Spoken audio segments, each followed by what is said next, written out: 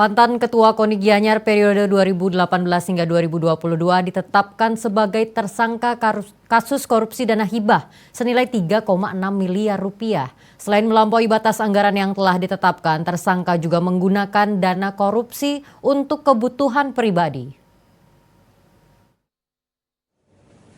Kepolisian Daerah Bali resmi menahan PMP, mantan Ketua KONI Kabupaten Gianyar periode 2018-2022. Setelah ditetapkan sebagai tersangka kasus dugaan korupsi dana hibah KONI Gianyar tahun 2019. Penyelewengan yang dilakukan tersangka menyebabkan kerugian negara mencapai 3,6 miliar rupiah. Kasubdit 3 Ditreskrimsus Polda Bali AKBP Arif Batubara menjelaskan, KONI Gianyar menerima hibah sebesar 25,3 miliar pada 2019 dari pemerintah Kabupaten Gianyar.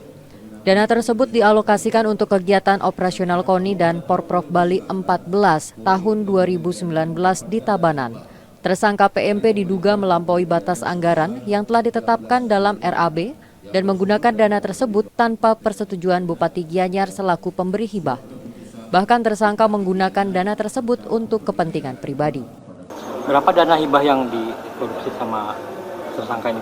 25,3 sekian, 25 miliar 300 sekian untuk studi banding, pembuatan baju, markup hotel dan lain-lain. Yang jelas dia kegiatan itu yang tidak ada dalam SOP tapi dia tambahin. Itu yang seluruh harusnya digunakan untuk kepentingan pribadi atau? Ada, untuk pribadi ada, untuk kepentingan kelompok ada, makanya kegiatan itu tidak sesuai dengan RAB.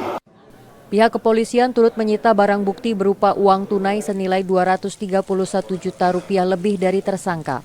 PMP dijerat dengan Undang-Undang Pemberantasan Tindak Pidana Korupsi dengan ancaman hukuman maksimal 20 tahun penjara.